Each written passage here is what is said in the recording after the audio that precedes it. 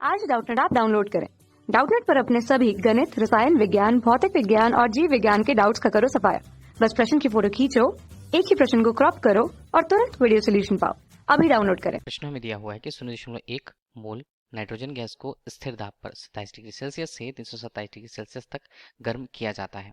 अब गैस को दी गई ऊष्मा का मान, गैस द्वारा किया गया कार्य और गैस की आंतरिक ऊर्जा में वृद्धि की गणना हमें इस प्रश्न में करनी है, जहां हमें सीपी का मान अर्थात प्रति मोल के लिए विशिष्ट ऊष्माओं का अनुपात हमें विशिष्ट ऊष्माओं का मान नियत दाब पर दिया हुआ है 6.05 कैलोरी प्रति मोल प्रति डिग्री सेल्सियस, तथा आर का मान जो हमें विशिष्ट ऊष्मा का मान आर बराबर 8.31 जूल प्रति मोल प्रति डिग्री सेल्सियस दिया हुआ है, और यांत्रिक गुणांक का मान यहाँ पर जो जूल और कैलोरी में संबंध स्थापित कर रहा है, जे बराबर 4.18 जूल प्रति कैलोरी हमें दिया हुआ है।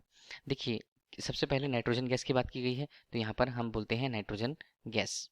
ठीक है, नाइट्रोजन गैस के लिए दिया हुआ है, बोला जा रहा है कि उसके लिए मोलों की संख्या n से हम प्रस्तुत करते हैं, जिसका मान कितना 0.1 मोल है।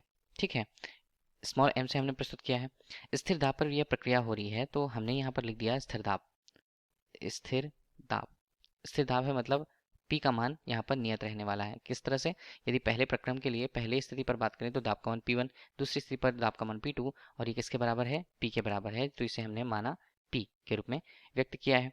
अब बोला जाता है कि लिए देखिए, इसके लिए ताप का मान कितना दिया हुआ है? प्रारंभिक रूप से ताप था 27 डिग्री सेल्सियस, और यदि इसे गर्म किया जाता है 327 डिग्री सेल्सियस तक, तो इसे हमने लिख दिया 327 डिग्री सेल्सियस। ठीक है, इस प्रकार गैस को दी गई ऊष्मा का मान, गैस द्वारा किए गए कार्य और आंतरिक ऊर्जा में वृद्धि मान ज्ञात करना है, जबकि विशिष्ट ऊष्माओं का मान नियत दाब पर हमें सीपी के मान के रूप में 6.05, ये किस पर है?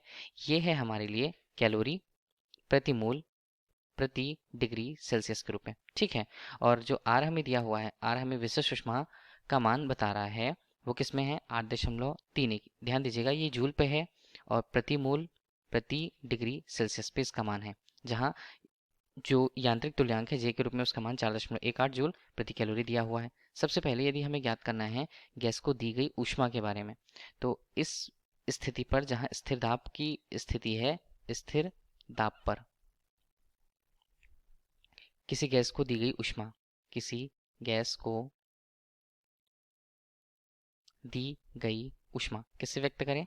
इससे व्यक्त किया जाता है Q के रूप में। ठीक है, इसका मान क्या होगा? इसका मान होगा मोलों की संख्या n, यहाँ पर Cp विशिष्ट ऊष्मा का मान नियत दाब पर और तापमान में परिवर्तन, जिसे हमने डेल T से प्रस्तुत कर रखा है।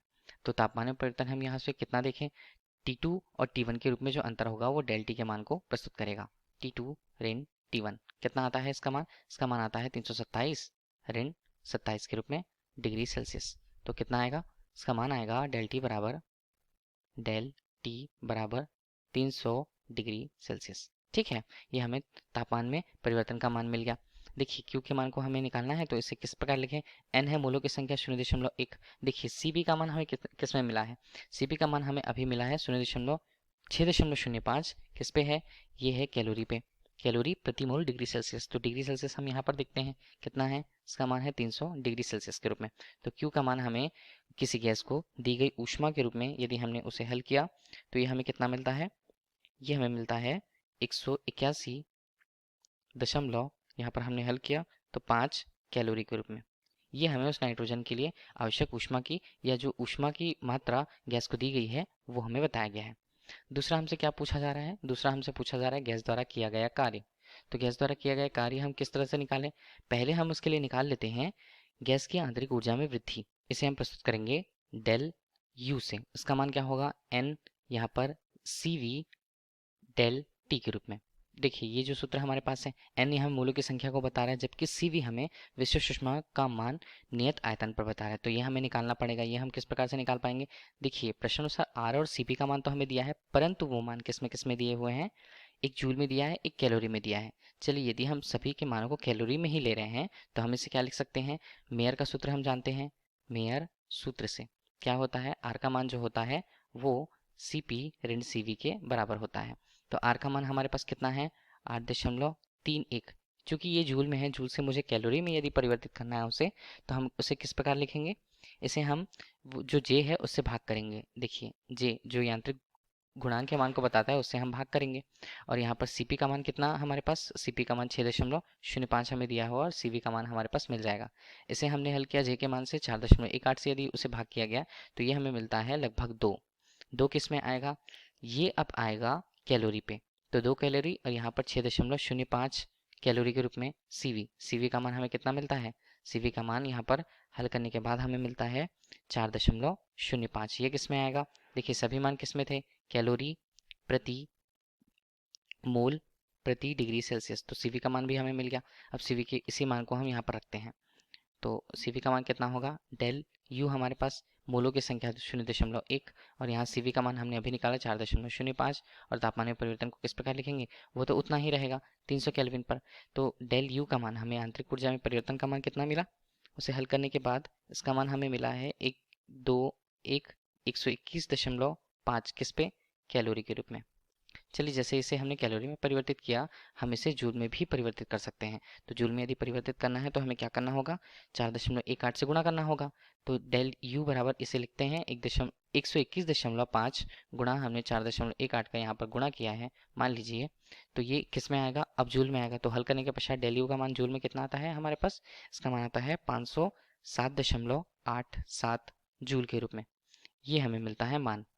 अब ये बता रहा है गैस की आंतरिक ऊर्जा में वृद्धि। अंतिम रूप से हमें निकालना है कि गैस द्वारा किया गया कार्य कितना होगा। तो गैस द्वारा कृत कार्य हम किस प्रकार से लिखें, ऊष्मागतिकी के प्रथम नियम से देखते हैं उसके मान को। ऊष्मागतिकी प्रथम नियम क्या बताता है, ऊष्मागतिकी का प्रथम नियम वो यहाँ पर बताता है कि किसी निकाय को दी गई ऊष्मा क्यू के रूप में जैसे व्यक्त करते हैं, वो उस निकाय द्वारा किए गए कार्य और वहाँ पर आंतरिक ऊर्जा में हुई परिवर्तन उस प्रक्रम में योगफल के बराबर होता है। ठीक है, तो इसमें से यदि कार्य का मान हमें निकालना है तो कार्य का मान हमने W ले लिया, उसका मान होगा Q ऋण डेल U के रूप में। Q का मान हमने निकाला है किस पर है, Q का मान यदि हम देख रहे हैं तो 181.5 वो किस पे है, वो है वहाँ पर कैलोरी पे। और यहाँ पर डेल यू का मान भी हमने कैलोरी पर कितना मान रखा था, 121.5 यहाँ पर कैलोरी के रूप में। तो W का मान हमें कितना मिलेगा, W का मान हल करने के बाद हमें मिलता है 60 कैलोरी के रूप में। ठीक है, तो ये गैस द्वारा किया गया कार्य तो हमें मिल गया, ये कैलोरी पर है। अब हम इसे यदि किस में, जूल में परिवर्तित करना चाहें तो किस प्रकार से लिख पाएंगे, W बराबर 60 गुणा 4.18, ये किस में रहेगा, जूल पर आएगा। तो W का मान हमें कितना मिलता है जूल पर, इसका मान हमें मिलता है 250.8 जूल के रूप में। यही हमसे प्रश्न में पूछा गया था। धन्यवाद। कक्षा 6 से 12वीं से लेकर नीट, IIT, JEE वो एडवांस के लेवल तक 1 करोड़ से ज्यादा छात्रों का भरोसा। आज ही डाउनलोड करें डाउटनेट ऐप या व्हाट्सएप करें अपने सारे डाउट्स 8400 400 400 पर।